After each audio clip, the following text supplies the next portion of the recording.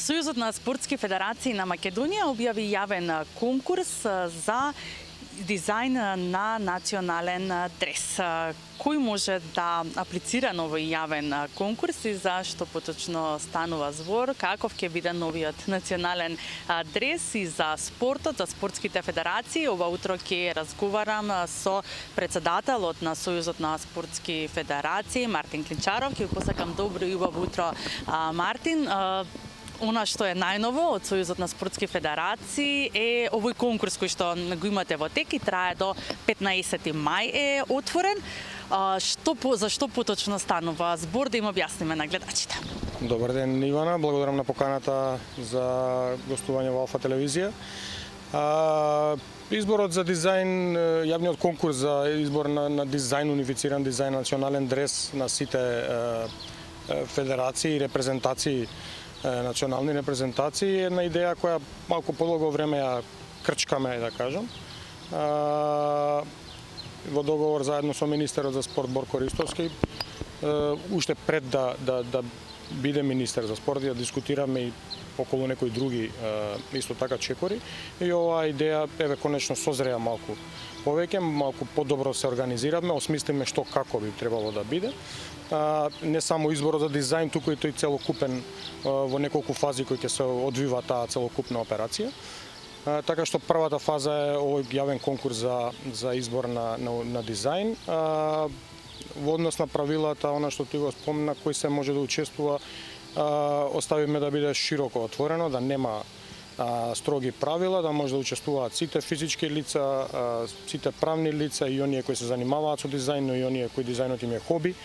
Така што нема правила стрикни во однос на тоа како треба да изгледа, туку оставивме тоа да биде плод на фантазија на секој оној кој ќе се пријави да учествува. Нормално ставивме тука ограничување да мора да ги содржи оние традиционални национални македонски символи, така да се движи во тие рамки, и други правила строги намерно не ставивме, чисто за да можеме да добиеме што повеќе различни дизајни и различни идеи. Да, како треба тоа да изгледа, веројатно треба да го нацртат, нели, графички, да го обработат и да ви го испратат на вас. Што друго сочинува, односно јавниот конкурс, кои се еве документи можеби се потребни за аплицирање? Ништо, нема никакви документи. Дизајнот е она што е главно, да биде во малку по-професионален формат, дали ИПЕК, дали ПНГ формат, и еден краток опис, документ во PDF со лични контакти на секој оној кој аплицира, и краток опис за дизајнот, што како тие го замислиле и што всушност представува. Да, јавниот конкурс е отворен до 15 мај, но што потоа? Тоа е интересното, нели, што следува со оној кој што ќе го направи, нели, најдобриот национален дрес? Па го затвараме 15 мај, сега не е фиксно, оставивме некои 30 на дена да има простор за секој да може да пак се работи за дизајн, се работи за идеја, се работи за инспирација, така што намерно оставивме 30 на дена, што не значи дека ќе биде клучно 15 мај да го затвориме, можеби ќе оставиме таа цела недела до крај, да стигнат што повеќе. Намерно се одлучиме да биде тоа испраќањето да биде по електронска пошта, за побрзо да ги добиваме, за да не биде праќање по пошта и така натаму. Сега за сега интересот е феноменален, секојдневно ни пристигнуваат по 2-3 дизајни, доста голем број прашања исто така од луѓе кои сакаат да учествуваат, но ги интересира и овие работи, кој може, што може, како може, што би требало да содржи и така натаму.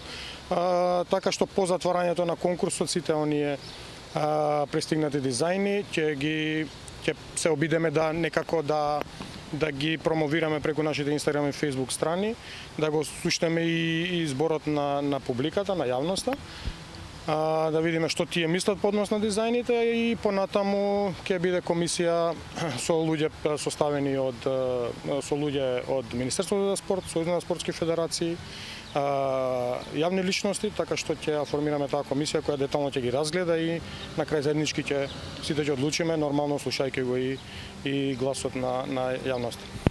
Да, и оно што е интересно или исто така и примамливо доста е секако, нели, и наградите кои што ќе ги давате? За наградите се одлучиме повеќе чисто како еден вид мотивација. Јас се согласувам, можеби не се наградите не знам колку високи или можеби не се примамливи толку, меѓутоа беше еден вид инспирација. Сојузот на спортски федерации сепак и не е институција која располага со голем број средства или пак остварува сопствени приходи, сепак е зависна од Министерството за спорт и мора внимателно да располага со буџетот кој го добива од таму. Претежно во 90% тоа е и наменски подредени програми, така што ова беше чисто само еден вид мотивација. За мене сметам дека најголемата награда би било тоа што името на оној кој ќе го дизајнира и кој ќе биде избран за дизајн на националниот дрес, неговото име ќе биде впишано на самиот дрес. Практично и мислам дека тоа е и најголемата награда која некој може да добие. Да, дефинитивно, дека сите репрезентативци ќе имаат можност да го носат оној победнички дрес кој што ќе освои всушност и првата награда на овој јавен конкурс. Им посакуваме многу среќа на сите и ги мотивираме да се пријават. Така, уште 2 недели, 15 на дена од сега, максимално би имале до крај и нормално ги мотивираме сите, апелираме во што поголем број да ги дадат своите идеи да избереме заеднички национален дрес. И ние сме секако во исчекување на оној кој што ќе биде победник и ќе ги следиме и понатаму вашите настани, вашите активности, ќе ја информираме јавноста за се она што го прави Сојузот на спортови на Македонија. Ви благодарам за поддршката, ќе имаме навистина едно богато спортско лето, така што целокупната поддршка од медиумите, посебно ТВ Алфа е секако добро дојдена. Благодарам. Благодарам.